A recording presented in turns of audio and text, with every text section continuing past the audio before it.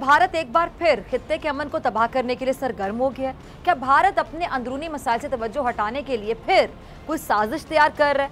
भारत अपनी दिफाई जरूरियात से जायद हथियार क्यों खरीद रहा है? भारत का अपनी जंगी जरूरियात से बढ़कर असला खरीदने के पीछे आखिर मकासद क्या है?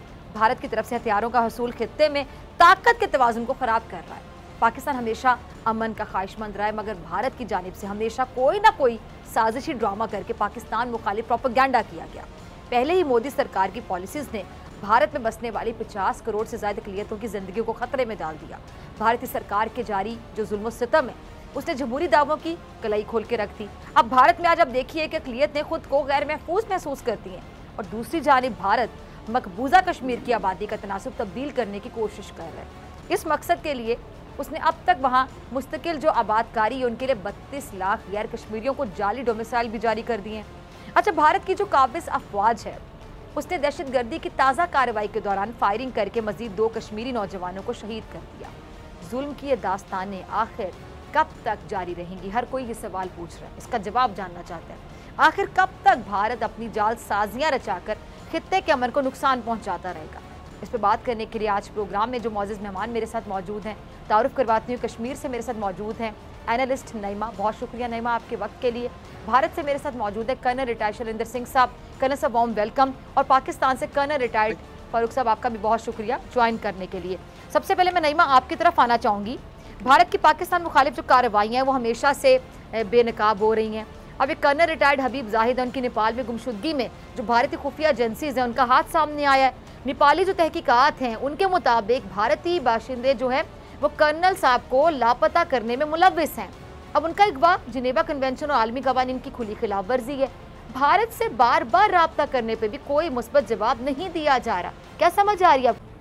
सही।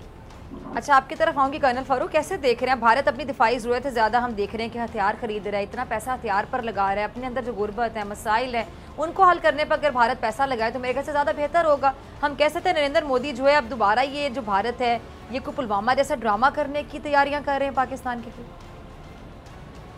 जी करें सर।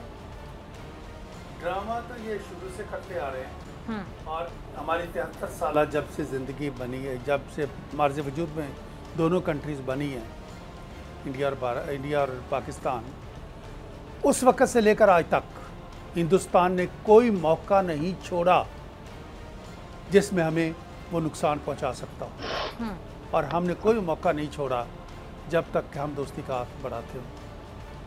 अभी रिसेंटली ये जो इस अशरे में जो पूरे में 10 साल में हुआ, वो क्या हुआ कि इनको ये लग गया कि चूंकि चारों तरफ इनके अमन था और पाकिस्तान के गिर्द एक जंग मुसल्लत कर दी गई थी दहशतगर्दी की, तो उसमें मैं अक्सर इनके प्रोग्रामों में पूछा भी करता था कि दहशतगर्दी की जंग पाकिस्तान तो लड़ ही रहा है, हम तो हज़ारों लोग दे रहे हैं। दहशतगर्दी की जंग में दुनिया के समंदर पार से 7 समंदर पार से 44 मुल्कों के सोल्जर हिस्सा ले रहे हैं।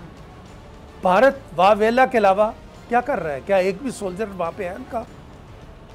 मकसद यही था मेरा कहने का कि भारत वो सारे स्टेज करता था, वो ड्रामे करता था जिसके लिए इसको बढ़ोतरी मिले और पाकिस्तान पर ये एक तरह का जंग मुसल्लत रहे।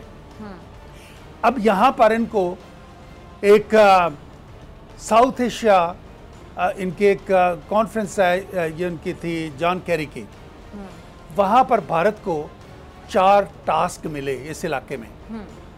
एक तो ये था कि अमेरिका के साथ स्ट्रेटजिक पोजीशन थी, स्ट्रेटजिक पार्टनर बनना था। सही। और चाइना को हिमालय के उधर रखना था। सही। दूसरा ये था कि इस रास्ते को हम क्लीन कर देंगे। उन्होंने कहा रास्ते नरम हो जाएंगे और अफगानिस्तान से वेस्ट एशिया तक भारत जो है वो एक नंबरदारी का रूप करेगा। और सबसे ज़्यादा भारत की राल उस वक्त टपकी जब उन्हें यह बताया गया कि जी आप इस इलाके के सिक्योरिटी कोऑर्डिनेटर होंगे, दैट मीन्स पाकिस्तान आर्मी भी आपके कहने पे चलेगी। और चौथा ये था कि हम इसके बाद एक ऐसा सिस्टम याद करेंगे जिसमें आप हमारे नुमाइंदा के तौर पर रहेंगे। सही। अब उनको आगे होता क्या है? हुआ ये कि उन्होंने हिमालय के पार रोकना था, हमने चाइना ला के उनकी दहलीज पे बिठा दिया, श्रीलंका में बिठा दिया। उन्होंने तमाम मुल्कों को डोमिनेट किया हुआ था।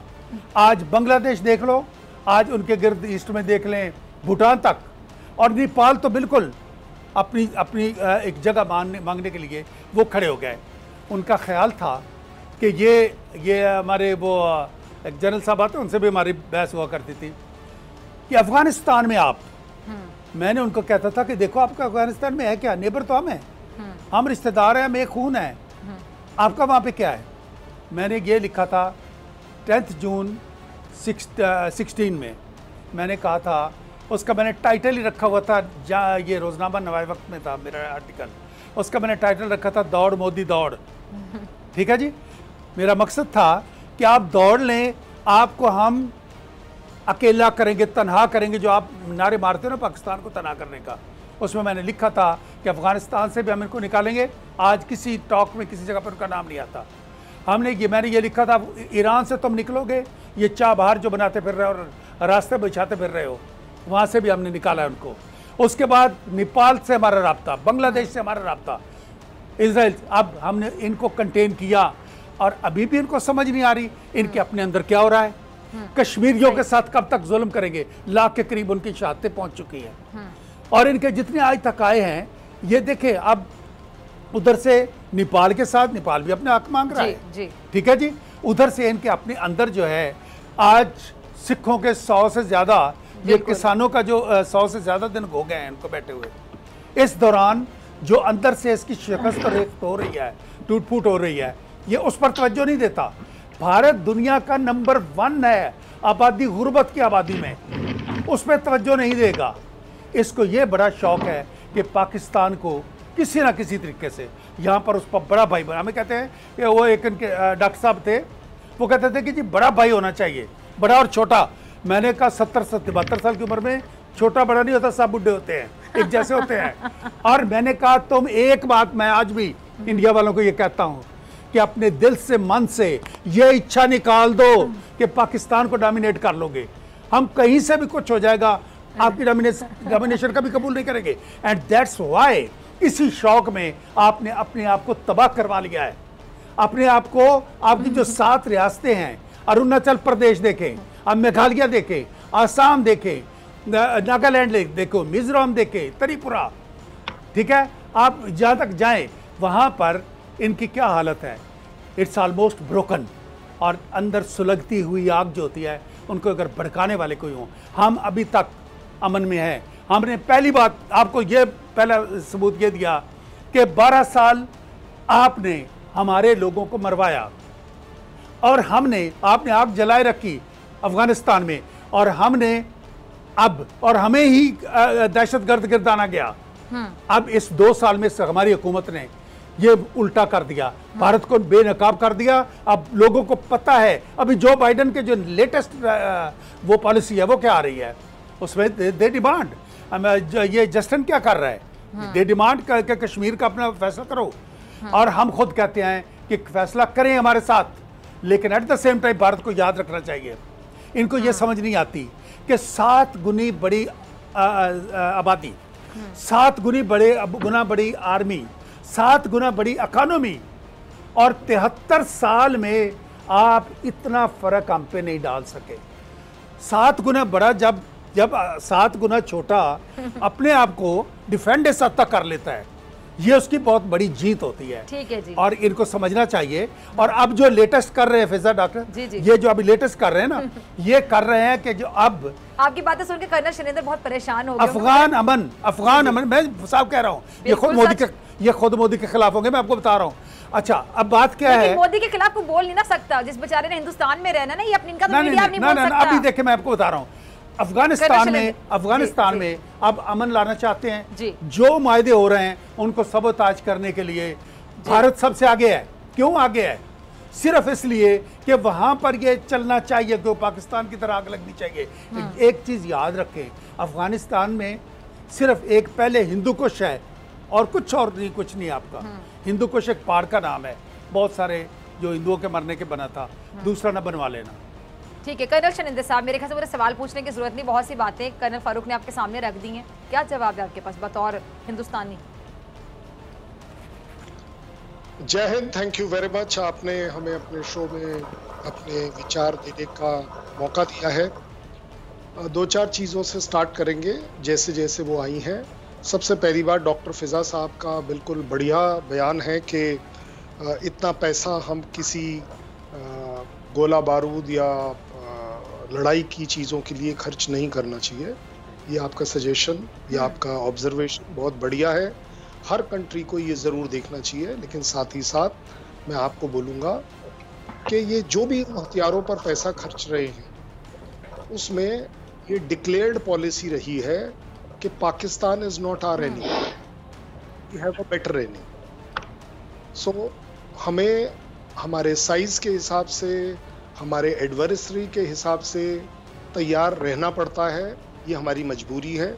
साथ ही साथ पाकिस्तान इसको सेलिब्रेट करना चाहिए कि यस, जिस भी दिन ज़रूरत पड़ेगी चाइना के खिलाफ, आप देखेंगे पाकिस्तान के साथ देने के लिए इंडिया खड़ा होगा। ये आप देखेंगे। जहाँ तक आपने एक अच्छी बात करी कि जुल्म और सितम बहुत हो रहे हैं, अगर दोनों डीजीएमओ साहब मिलकर एक सीज फायर डिक्लेयर करते हैं, अगर कोविड शील्ड हम आपके साथ शेयर करते हैं, और अगर इन्हीं को जुल्म सितम कहना चाहिए, तो भगवान करे इस तरह के जुल्म सितम और हो, और अच्छे हो, बढ़ चढ़ कर हो।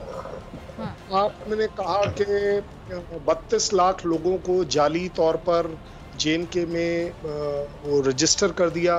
कृपया कर वो रजिस्ट्रेशन की जो वेबसाइट है वो आपके यहाँ नीचे ज़रूर चलाइएगा। मैं भी अप्लाई कर दिखाऊंगा, आप भी अप्लाई कर देखिएगा कि क्या उसमें कुछ कंट्रीब्यूशन हो भी पा रहा है कि नहीं, क्योंकि इस तरह की अफवाहें उड़ाना आपका हक है, लेकिन सच्चाई ये है कि इस तरह का कुछ हो नहीं रहा।